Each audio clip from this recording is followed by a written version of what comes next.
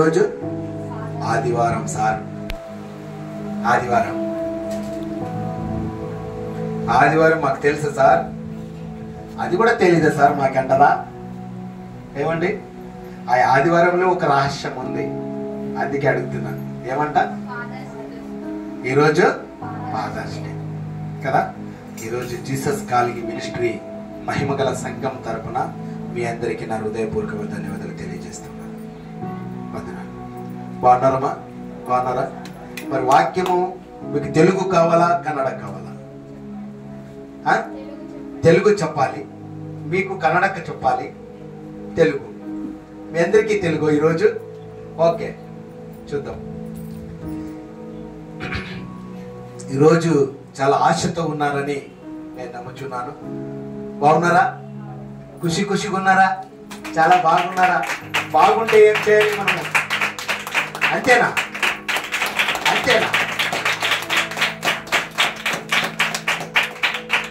హల్లెలూయా.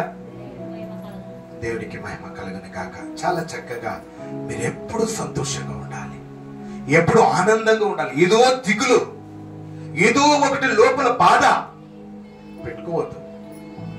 యేసు నామములో తీరుస్తున్నాడు ఈరోజు నీకు. ఈరోజు సమస్యలన్నీ వెళ్ళగొడుతూ ఉన్నాడు దేవుడు. దేవునికి ఇష్టంగా నీ బ్రతికితే నీకు ఏది రావండి దగ్గరికి. హల్లెలూయా. చాలా చక్కగా ఈరోజు అండి ఫాదర్స్ డే. తండ్రులు అందరికి ఉన్నారా? తండ్రులు ఉండే వాళ్ళ చేతులు ఎత్తండి.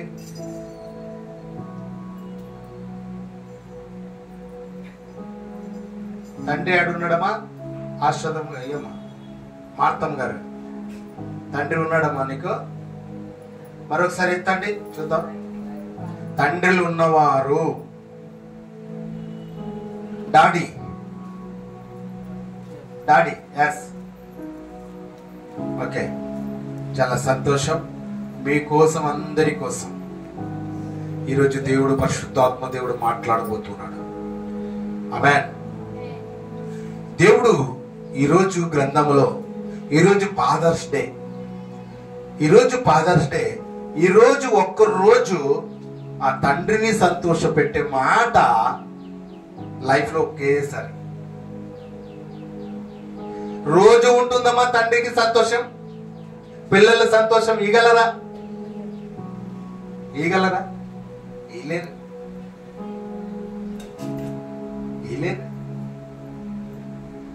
ఏ తల్లిదండ్రులు కూడా పిల్లలు తండ్రిని సంతోష పెట్టలేరు.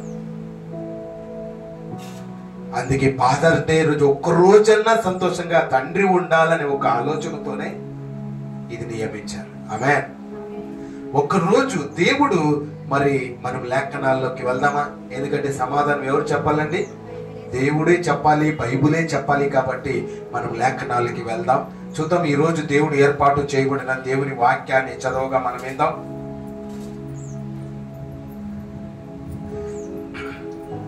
పాతనే గ్రంథం, కొత్తనే గ్రంథం. పరిశుద్ధ గ్రంథములో ఎన్ని గ్రంథాలు ఉన్నాయమ్మా? 2 గ్రంథాలు. అవి ఏవేవి? ఒకటి పాతనే గ్రంథము, రెండవది కొత్తనే గ్రంథం. ఆ పాతనే గ్రంథములో నిర్గమకాండము తీయండి. నిర్గమకాండము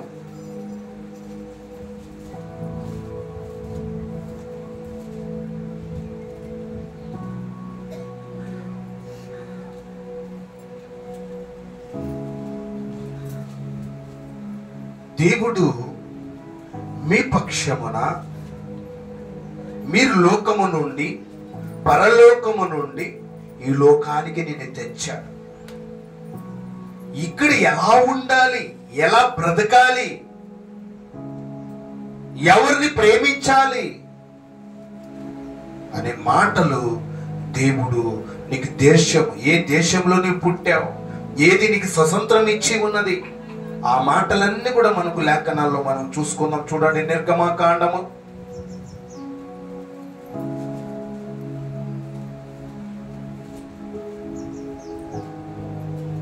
20వ అధ్యాయము 12వ వచనములో ఒక మాట రాయబడి ఉంది. చూద్దాం, చదువమా. నీ దేవుడైన యెహోవా నీకు అనుగ్రహించుచు నీవు దీర్ఘశాంతుడు అగునట్లు నీ తండ్రిని నీ తల్లిని సన్మానించుము. హల్లెలూయా. మరొకసారి చదువుమా. నీ దేవుడైన యెహోవా నీకు అనుగ్రహించిన దేశము. నీకు ఏది అనుగ్రహించాడు దేవుడు? ఏ దేశంలో ఉన్నావు? ఏ ప్రాంతంలో ఉన్నావు? ఏమండి, ఏ దేశంలో ఉన్నావమ్మా? భారతదేశంలో నీవు ఉన్నావు. నీకు ఇచ్చాడు ఈ భారతదేశం. నీకు ఈ నివాసం చేయడానికి ఇచ్చాడు దేవుడు. ఈ భూమిపైనకి నీకు నివాసం చేయడానికి నీకు ఇచ్చాడు. నీ కుటుంబం అంతా కూడా ఈ భూమిపైన ఈ భారతదేశంలో ఉండాలి అనే అధికారం నీకు ఇచ్చాడు. ఈ అధికారమును నీ పొందుకున్న వ్యక్తివి. ఇక్కడికి వచ్చిన తర్వాత నీవు ఎలా ఉంటే వర్ధిల్లుతావు, ఎవరిని ప్రేమిస్తే నీవు ఈ భూమి పైన ఎలాంటి ఆశీర్వాదాలను పొందుకుంటావు అనే విషయాలు మనకు ముందుగా చూద్దాం. కింద వచ్చి చదువు. అలాగే నీ తల్లిను నీ తండ్రిని నీ తల్లిని సన్మానించు, నీ తల్లిదండ్రులను సన్మానించుమనే మాట రాయబడి ఉంది. మరి మీ తల్లిదండ్రులను సన్మానించమని లేఖనాలు సెలవిస్తూ ఉన్నాయి. చాలా మంది ఈ సమాజంలో, ఈ భారతదేశంలో తల్లిదండ్రులు గౌరవించే పిల్లలు ఉన్నారా? ఉన్నారా? ఉన్నారమ్మా? ఈ భారతదేశంలో తల్లిదండ్రులు సంతోషపెట్టే పిల్లలు ఉన్నారా?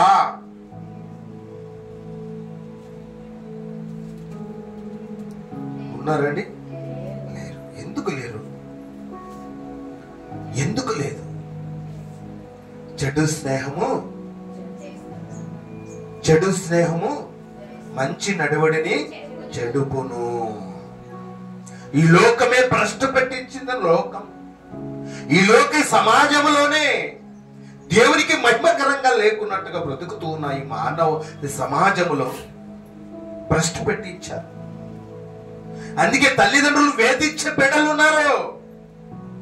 నాకు అది కావాలి అన్నప్పుడు, అది ఆ పిల్లలు కొనించి తల్లిదండ్రులు సోమతి లేనిప్పుడు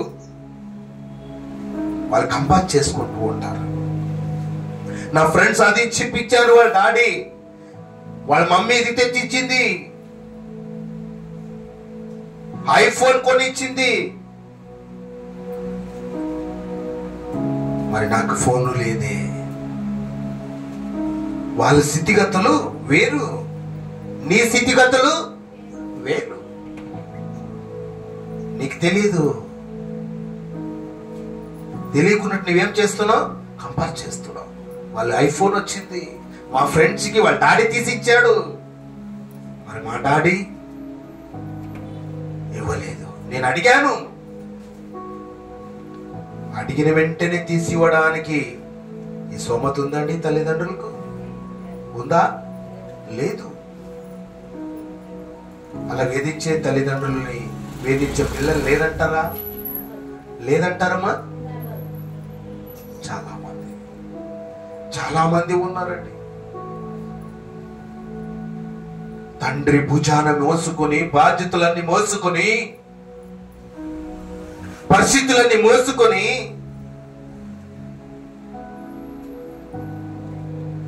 ఎంతో కష్టపడుతూ పిల్లలకి ఏమాత్రము వాళ్ళకి బాధ కలుగుకున్నట్టుగా, వాళ్ళు తిన్నారా తినలేదో, పిల్లలు బాగుండాలని, వాళ్ళకి డ్రెస్సులు లేకపోయినా తల్లిదండ్రులకు ఆ పిల్లలకు డ్రెస్సులు, వాళ్ళకి భోజనం, మంచి భోజనం లేకపోయినా పిల్లలకు మంచి భోజనాలు చేసి పెట్టే తల్లిదండ్రులు ఉన్నారండి. లోకంలో చాలా మంది ఉన్నారండి.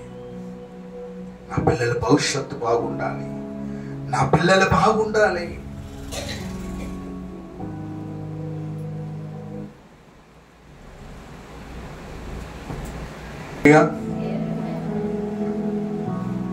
తల్లిదండ్రులు వేధించి పిల్లలున్నారు. గారబంగా ఒక తండ్రి పాపను బాగా చదివిస్తూ జరిగిన సంఘటన మీతో తెలియజేస్తూ ఉన్నానండి. చాలా చక్కగా ఒక తండ్రి చదువులకు పంపించాడు. చదువుతూ మరి రానే రాక మామూలు బర్త్డేలు వస్తాయి కదండి, బర్త్డేలు వస్తాయి లేదమ్మా, వస్తాయి. వచ్చిన తర్వాత అమ్మాయిని ఇంటికి తీసుకుని వచ్చారు. ఇంటికి తీసుకుని వచ్చిన తర్వాత బర్త్డే ఫంక్షన్ ఇంటికి తీసుకుని వచ్చారు. ఈ అమ్మాయికి తెలియదు బర్త్డే అని, మర్చిపోయింది. ఎవరికి గుర్తుంది?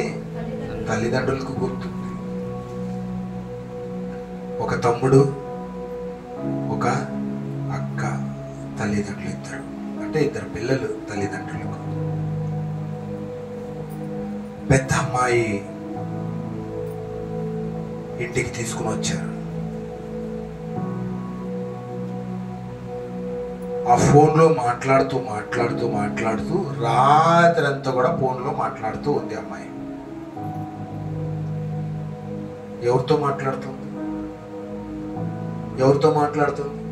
తల్లిదండ్రులతో. అక్కడ రూమ్ లో మాట్లాడుతుంది. వీళ్ళేమో చూడలేదులే అనుకుంటూ తల్లిదండ్రులు, ఎవరు చూడలేదులే అని మాట్లాడుతూనే ఉంది. మెసేజ్ల మీద మెసేజ్లు పెడుతూ ఉంది. వాళ్ళు ఇటు అటు తిరుగుతూ ఉన్నారు. డోర్ కొద్ది ఓపెన్ అయింది. డాడీ ఇలా పారాడుతూ ఉన్నాడు. వాళ్ళ మమ్మీను చూస్తూ పారాడుతూ ఉంది. వాళ్ళ తమ్ముడు తిరుగుతూ ఉన్నాడు.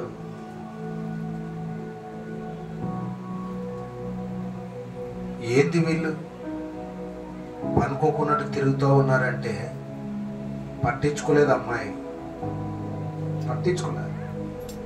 పట్టించుకోకున్నట్లు ఉంది. ఈ అమ్మాయి మెసేజ్ పెడుతూనే ఉంది. 12 దాటిపోయింది.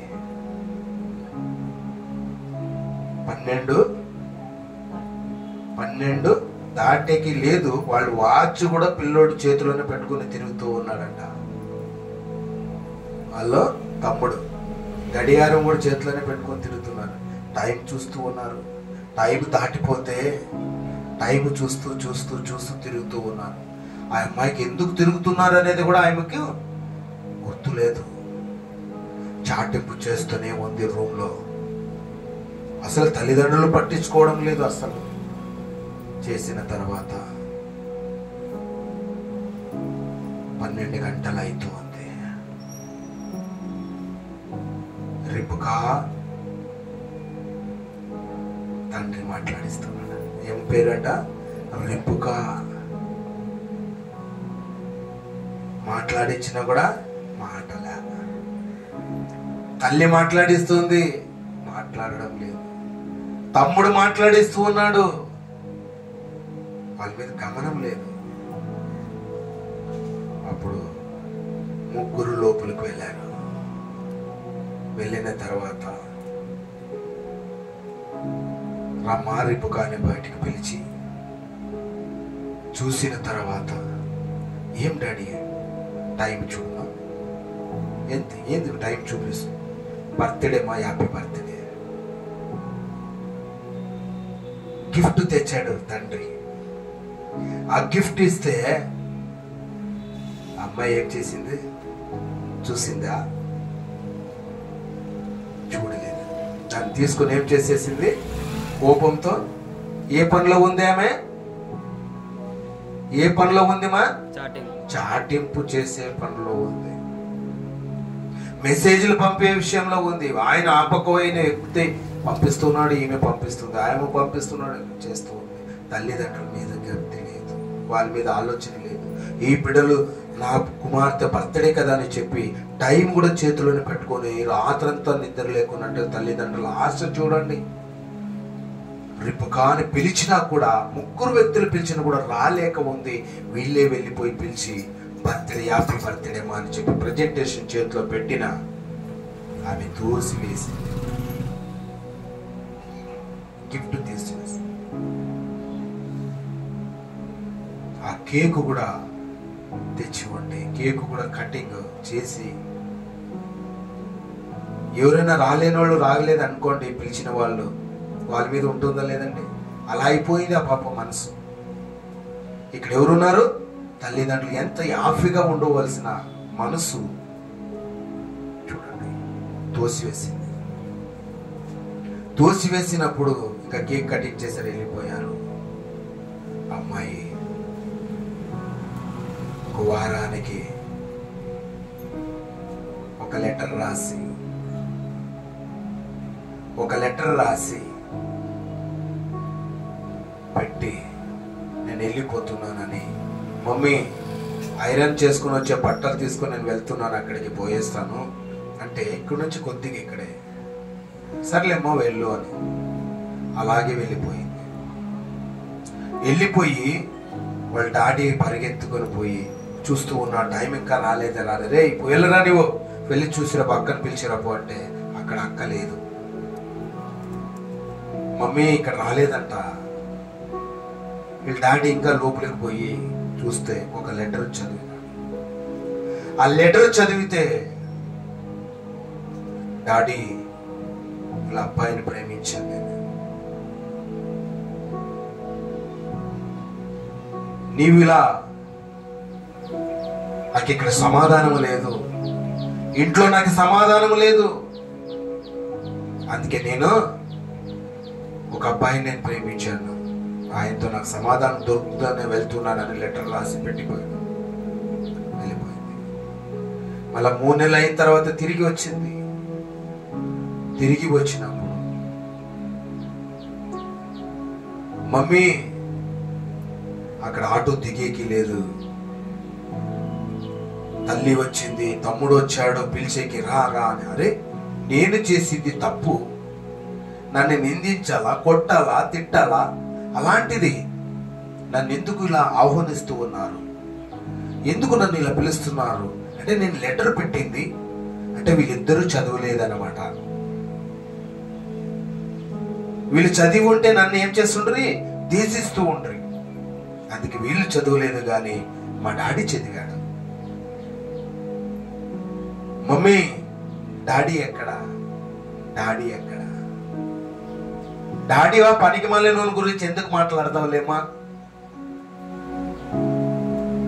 ఉన్నప్పుడంతా వేధించి చేశాడు,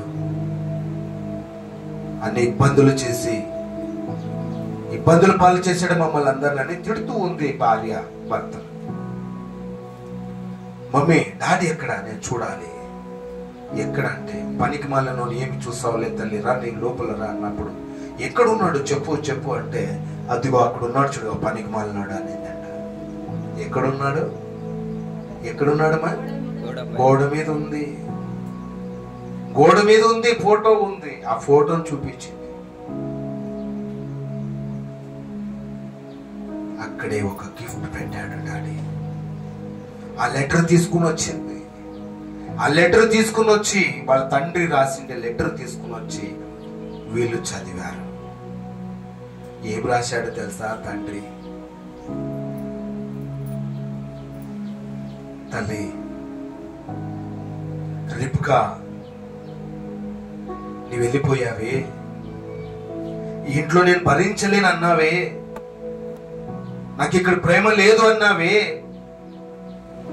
అందుకోసమే నా బిడ్డను ఎవరు నిందించకూడదు, నా బిడ్డను ఎవరు తిట్టకూడదు, ఎవరు సమాజంలో ఎవరు ఏమి నా బిడ్డను సన్న చూపు చూడకూడదు, మా ఇంటి వైపు కూడా తినకూడదు అనే ఒక ఉద్దేశంతోనే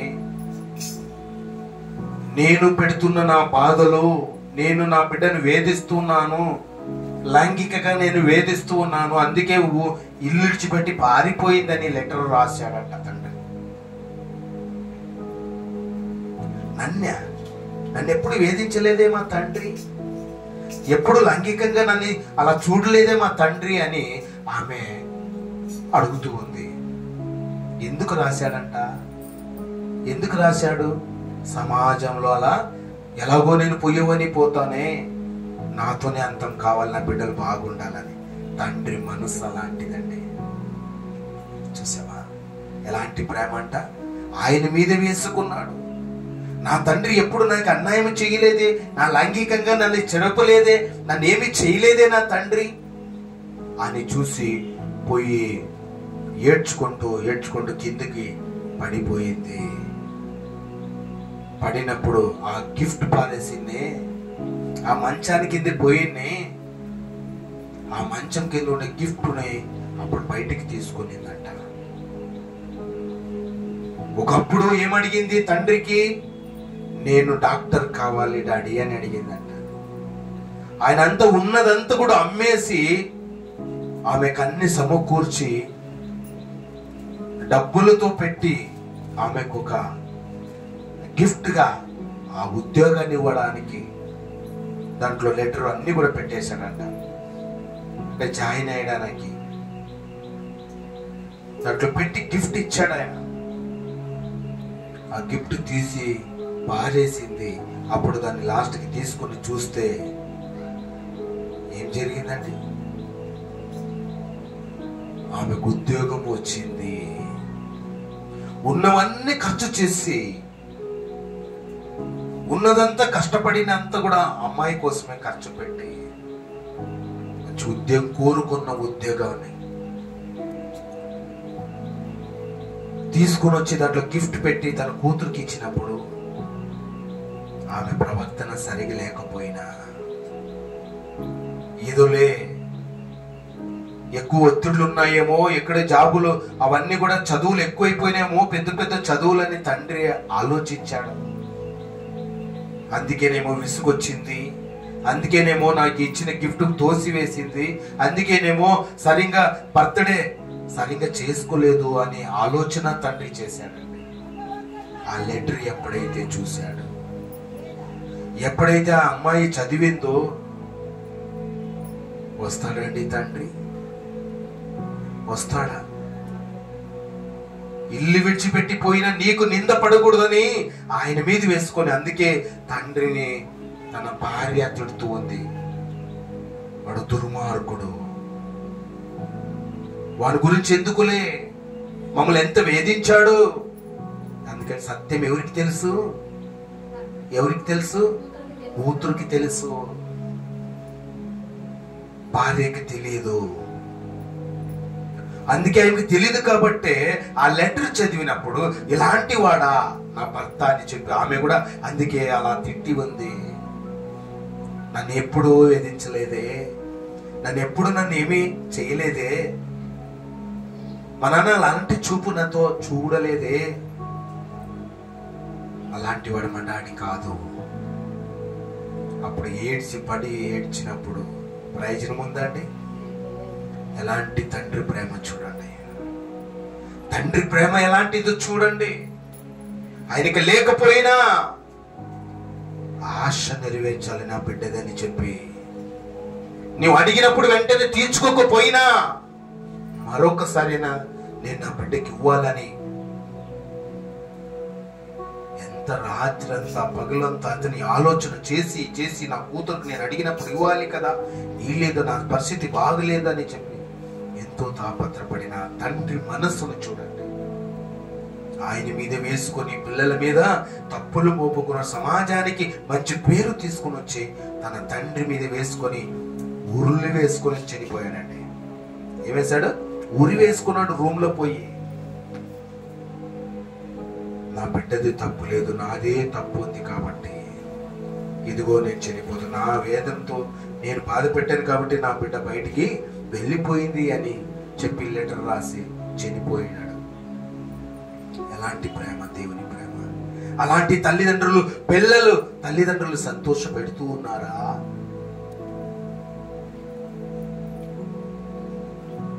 ఉన్నారండి? అలాంటి మనసు మీ అందరిలో కూడా ఉండకూడదు. తండ్రి మనసులు మీరు అర్థం చేసుకోండి. ఒకటే కాదు, ఎన్నో బాధ్యతలు ఉంటాయి, ఎన్నో ఆయనకి కష్టాలు ఉంటాయి. సో ఎంత చక్కటి మాట. మరొకసారి చదవమా. నీ దేవుడైన యెహోవా నీకు అనుగ్రహించిన దేశములో నీవు దీర్ఘాయుష్యంతుడు అగునట్లు నీ తండ్రిని నీ తల్లిని సన్మానించు. నీ భూమిపైన వర్ధిల్లాలంటే ఏం చేయాలి? నీ తల్లిని నీ తండ్రిని సన్మానించు. సన్మానించితే చాలా. ఎస్, సన్మానించితే చాలా. ఈ భూమిపైన ఏం చేస్తాడు దేవుడు? దీర్ఘాశాంతుడు. ఈ భూమిపైన ఇప్పుడు చూడండి, ఎవరైనా వచ్చి పాదాలకి, భార్యాభర్తలు ఇద్దరు మ్యారేజ్ చేసుకుని వచ్చిన వాళ్ళు ఏం చేస్తారు? చిన్న పెద్దలకి నమస్కారం చేస్తారు. వాళ్ళు ఏం చేస్తారు? వాళ్ళు ఎలాంటి ఆస్వాదిస్తారండి? దీర్ఘాశాంతుడు అయి ఉండి 100 రోజులు కలకాలం బ్రతకండి అంటారు. అవునా కదా? దేవుడు కూడా నీ తల్లిదండ్రులను సన్మానిస్తే దేవుడు ఏం చెప్తున్నాడు అక్కడ? దీర్ఘాశాంతుడు అవుతాం. ముఖ్యంగా నేర్చుకోవాల్సిన విషయం, తల్లిదండ్రులు లేకపోతే మీరు వచ్చారండి? తల్లిదండ్రులు పెద్దలు చేయకపోతే వేరే వాళ్ళు చేశారండి? ఐ లవ్ యూ అన్నట్టుగా. ఐ లవ్ యూ అంటే ఏంటంట? ఒక చాక్లెట్ క్యా, ఒక డ్రెస్ క్యా. ఇన్ని సంవత్సరాలు తల్లిదండ్రులు పెంచి గొప్పవారు చేసి మంచి డ్రెస్సులు ఏది కావాలి సమృద్ధిగా చూసుకున్న ఆ బిడ్డలు చూడాలి కదా. చూస్తూ ఉన్నారా? సమాజంలో చూస్తున్నారండి? చూడరు. ఒక డ్రెస్ ఇస్తే అయిపోయింది. ఐ లవ్ యూ అదేంటి? I love you. చాక్లెట్ ఇస్తే అయిపోతుందా? ఎక్కడికైనా పోయి జ్యూస్ తాగిపిస్తే అయిపోతుందా? అదేనా ప్రేమ? అదేనా లవ్? ఏమండి? అదేనా తల్లిదండ్రులు ప్రేమ? తల్లిదండ్రులు లేని వాళ్ళు అడగండి, తల్లిదండ్రులు ప్రేమ తెలిసి ఉంది. తల్లిదండ్రులు లేని వాళ్ళు బాధపడుతున్నారు. నా తల్లిదండ్రులు ఉన్నంటే నేను సన్మానించేదాన్ని, నేను బాగా చూసుకునేవాడిని. ఉందా లేదమ్మా? నీకు ఉందా లేదా ఆలోచన? తల్లిదండ్రులు లేని వాళ్ళకి ఉంటుంది. ఉందా లేదా సుజాతమ్మ? ఉందా లేదా? చూసేవా? ఉన్న వాళ్ళకి ఎందుకు వేధిస్తున్నారు? ఎందుకు బాధపడుతున్నా? సన్మానించు. నీ భూమి పైన నీ దీర్ఘశాంతుడుగా ఉండాలంటే సన్మానించాలి. చాలా ప్రాముఖ్యం. వాళ్ళకేమి పెద్ద పెద్ద సన్మానాలు చేయండి రాత్రి పొగులు అని వాళ్ళు కోరుకోరు. ఏం చేస్తారు? మంచి పేరు సంపాదించుకోండి. దేవుడు చెప్పేది కూడా, నీ భూమి పైనకి నేను పంపిస్తున్నాను, ఈ భారతదేశంలో నీవు నివాసం చేస్తున్నావు. ఎలా బ్రతకాలంట? మంచి పేరు. దేవునికి పేరు తీసుకున్నా. నేను కన్న తండ్రిని, నాకు మంచి పేరు తీసుకున్నా. అర్థమవుతున్నాయా మాటలు? అర్థమవుతున్నాయా? హల్లెలూయా. ఎంత మాటలండి. అక్కడ ఇంకొక మాట చూద్దాం, చూడండి.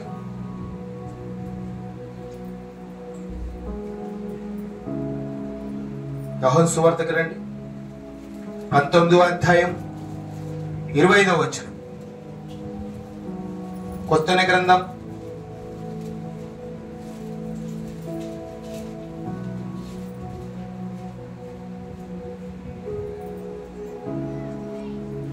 19వ అధ్యాయం 25వ వచనం చదవమా.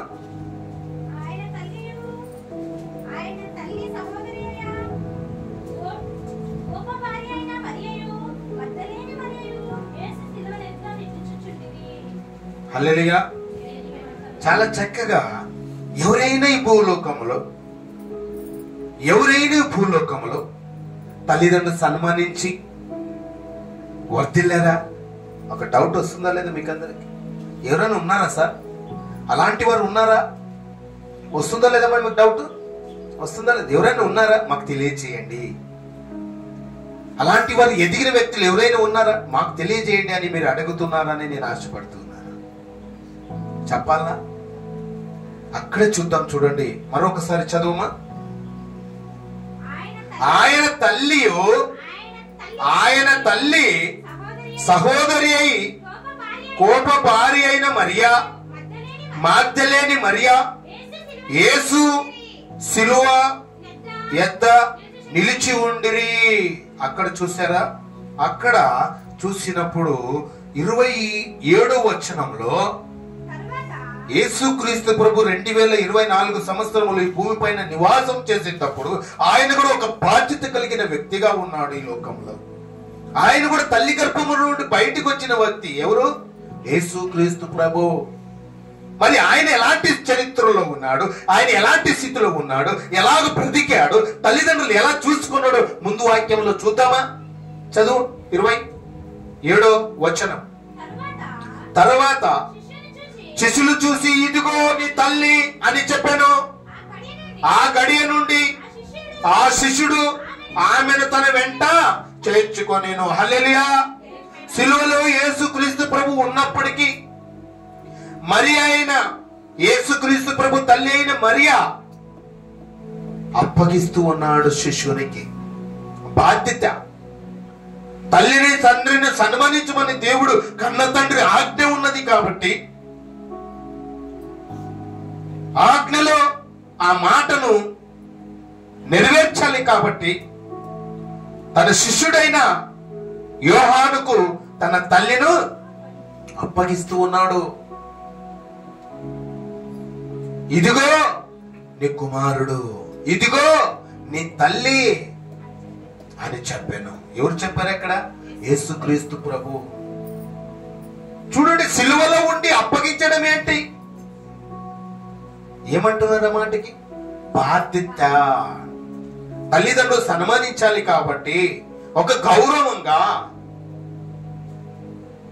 యేసుక్రీస్తు ప్రభును బట్టి ఎంత చక్కటి మాట, ఎంత అమూల్యమైన మాటలు ఈ భూలోకంలో ఉన్నప్పుడు యేసుక్రీస్తు ప్రభు అలా ప్రేమించాడు కాబట్టి యేసుక్రీస్తు ప్రభు తండ్రితో పాటు ఆయన కూడా ఒట్టరాని కుమారుడిగా పనులు చేశాడు. ఆయన కూడా పాలిపాగస్తుడుగా అయ్యాడు. యేసు చేతికి పనులు చేయలేదండి? చేశాడా లేదమ్మా? చేశాడు.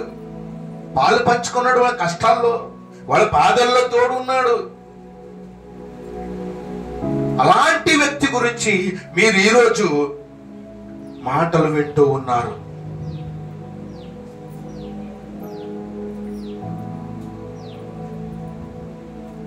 చాలా చక్కటి మాట. మరొక మాట మీకు గుర్తు చేయాలని ఆశపడుతూ ఉన్నాను. యేసుక్రీస్తు ప్రభు గురించి మనం విన్నాం. అలాగే ఎఫెసీకి రండి. అపోస్తలులైన పౌలు గారు మాట్లాడుతున్న మాటను చూద్దాం.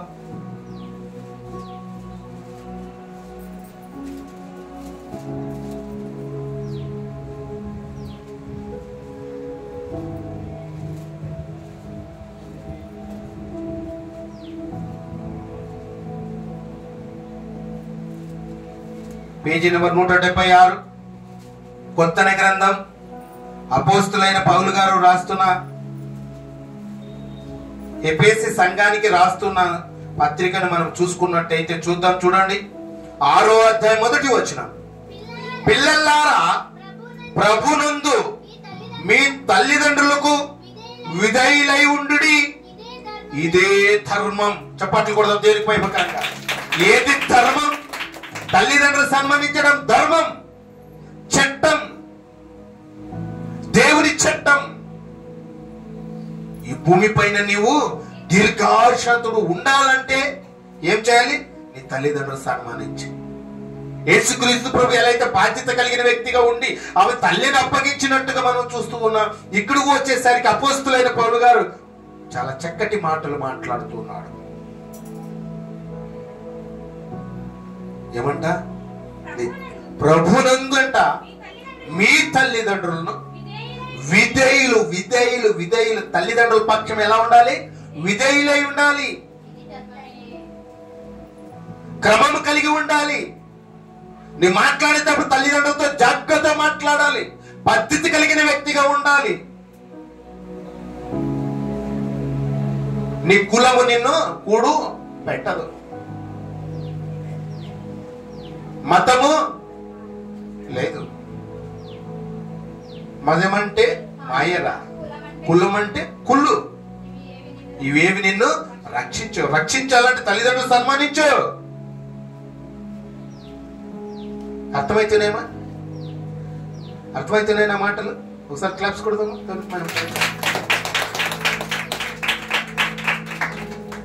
హల్లెలూయా. ఇవేవి నిన్ను రక్షించదు. తల్లిదండ్రులు చాలా ప్రాముఖ్యమైన వాళ్ళు. ఎందుకంటే వాళ్ళ ద్వారా నువ్వు బయటికి వచ్చావు కాబట్టి.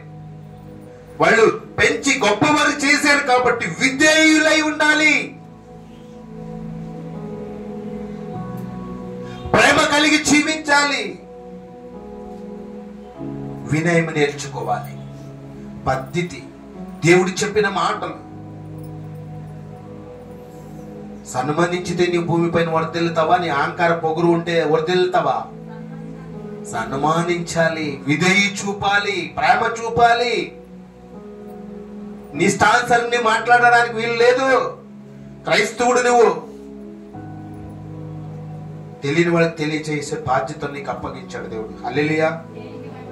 చూసావా ఎంత చక్కటి మాట మనకు దేవుడు మనతో మాట్లాడుతున్నాడు. మరొక మాట మీకు తెలియజేయాలని ఆశపడుతుంది. ధర్మం దేవుని చట్టం ఇది. అది మొదటి మరొక మాట. యోహాను రండి, అక్కడే పక్కలో ఉంది చూడు. యోహాను సువార్త 16వ అధ్యాయం.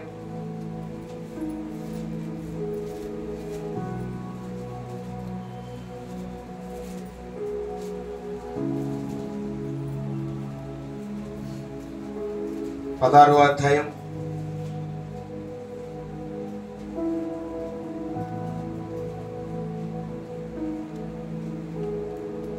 32వ వచనం. ఇదిగో మీలో ప్రతి వాడును ఎవని ఇంటికి వాడు చెదిరిపోయి నన్ను ఒంటరిగా విడిచిపెట్టి గడియ వచ్చుచున్నది, వచ్చే ఉన్నది.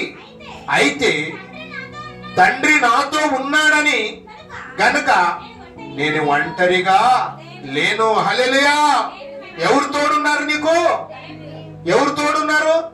తండ్రి నీ దగ్గర ఉన్నాడు, నీకు తోడే ఉన్నాడు. తల్లి లేని వాళ్ళు, తండ్రి లేని వాళ్ళు, దిక్కు లేని వాళ్ళు. ఎవరికి దిక్కు? దేవుడే దిక్కు. అందుకే నీతో నేనున్నాను. నీ భయపడవద్దు, నువ్వు దిగులు పడవద్దు, నీవు వ్యసన పడవద్దు. నేను నీకు తోడై ఉందును. నేను నీకు తోడై ఉన్నాను. నీ బలంగా ఉండు, ధైర్యంగా ఉండు, శక్తివంతునిగా ఉండు. నీరసించిపోవద్దు, బాధపడవద్దు, కుంగిపోవద్దు. నీ బాధపడితే నీకు బీపీ వస్తుంది, షుగర్ వస్తుంది. అవునా కదా? వ్యసన పడకూడదు, బాధపడకూడదు. ఎప్పుడు నవ్వుతూ ఉండాలి, నవ్వుతూ ఉండాలి, ఖుషిగా ఉండాలి. అప్పుడు ఉంటేనే నీకు ఆరోగ్యము, ఐశ్వర్యాన్ని దేవుడు విడుదల చేస్తాడు. ఆమేన్. ఈరోజు ఈ అంశాన్ని చాలా చక్కగా, ఈరోజు ఫాదర్స్ డే, ఈరోజు మీ తల్లిదండ్రులు మీరు సన్మానించండి.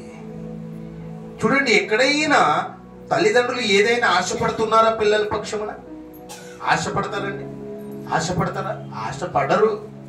వాళ్ళ భవిష్యత్తు, వాళ్ళ స్థితిగతులకు మారితే చాలు. వాళ్ళు ఎన్నో నష్టపోయినా వాళ్ళు బాగుపడాలని. అవునా కదండి? ఎంతో నష్టపోతూ ఉంటారు తల్లిదండ్రులు. మీతో చెప్పుకుంటారా? చెప్పుకోరు. కష్టాల్లోనూ, బాధల్లోనూ, కన్నీటిలోనూ వాళ్ళే కారుస్తారు, వాళ్ళే బాధపడతారు, వాళ్ళే చింత చేస్తారు, వాళ్ళకి అన్ని ఉంటాయి. కానీ మీ వరకు వచ్చేసరికి మీకు ఏది కావాలో అది సమృద్ధిగా ఇచ్చేది ఆ హృదయమే తండ్రి హృదయం అండి. ఎంత చక్కటి మాటలు దేవుడు హృదయాన్ని, ఎంత గొప్ప మనస్సు దేవుడు తండ్రికి ఇచ్చాడో చూడండి. తల్లిదండ్రులు సన్మానిస్తే నీవు భూమి పైన దీర్ఘాయుష్యంతుడు అవుతావు. మొట్టమొదటి మాట. రెండో మాట, యేసుక్రీస్తు ప్రభు తన తల్లిని బాధ్యతగా అప్పగించినాడు. యేసుక్రీస్తు ప్రభు కూడా సన్మానించాడు తల్లిదండ్రులను. అందుకే ఆయన మహాత్ముడైపోయాడు. దేవుడు మమ్మల్ని మన మధ్యలోని ఆయన వేరొక ఆదరణ పంపించి ఆయన వెళ్ళిపోయినట్టుగా మనం చూస్తూ ఉన్నామండి. మేము సత్యస్థలకు నడిపించే ఆత్మ మా మధ్యలో ఉన్నది. పరిశుద్ధాత్మ దేవుడు ఉంచాడు. తల్లిదండ్రులు సన్మానించడం నేర్చుకోండి, గౌరవించడం. మాట్లాడే మాటలు ఎలా మాట్లాడుతున్నారో, ఏం మాట్లాడుతున్నారో జాగ్రత్తగా నోరు అదుపులో పెట్టుకోమని మాట్లాడమని లేఖనాలు సెలవిస్తున్నాయి. ఒక పద్ధతి, ఒక క్రమం. ఎంత నీవు క్రమంగా ఉంటావో, ఎంత నీవు దేవునికి ఇష్టంగా ఉంటావో అంత నువ్వు తగ్గించుకుంటే దేవుడు నిన్ను హెచ్చింపు చేస్తాడు. నీవు హెచ్చింపబడాలంటే ఏమైనా నీవు తగ్గించుకోవాలి. నీవు స్థానసరంగా మాట్లాడడానికి వీలు లేదు. అర్థమవుతుందా? మూడో మాటగా ఏ మాట మాట్లాడుకున్నాం? పిల్లలారా నీ తల్లిదండ్రులను సన్మానించు. సన్మానించు. నీ హృదయంలో ఉండాలా. ఆ తల్లిదండ్రులు నీ హృదయంలో ఉండాలా. ఆ మనసు నీలో ఉండాలా. నీ అవసరతలు విధేయులై ఉండాలి. ఏమై ఉండాలి? విధేయత. విధేయత అంటే ఏమని? విధేయత అంటే మంచి గుణగణాలు. చేస్తారమ్మా? మంచి గుణగణాలు ఉండాలి. మంచి హృదయం ఉండాలి. నూతన హృదయం అంట, నూతన స్వభావం, నూతన శక్తి నీలో ఉండాలి. వ్యక్తిగా నీ ఉండాలని లేఖనాలు సెలవిస్తున్నాయి. మరి చివరి మాట, దేవుడు నీతో ఉన్నవాడు. ఈ 4 మాటలు ఈరోజు మీరు విన్నారు. ఈ 4 మాటలు దేవుడు ఈ ఫాదర్స్ డే రోజు మీకు వినడానికి సత్య స్వరూపం నడిపించి ఆత్మ మన మధ్యలో ఉండి మీ అందరికీ కూడా తెలియపరిచినట్టుగా మేము చూస్తున్నాం. ఈ దేవుడు వాక్యాన్ని దీవించి బలపరచును గాక. ఆమేన్.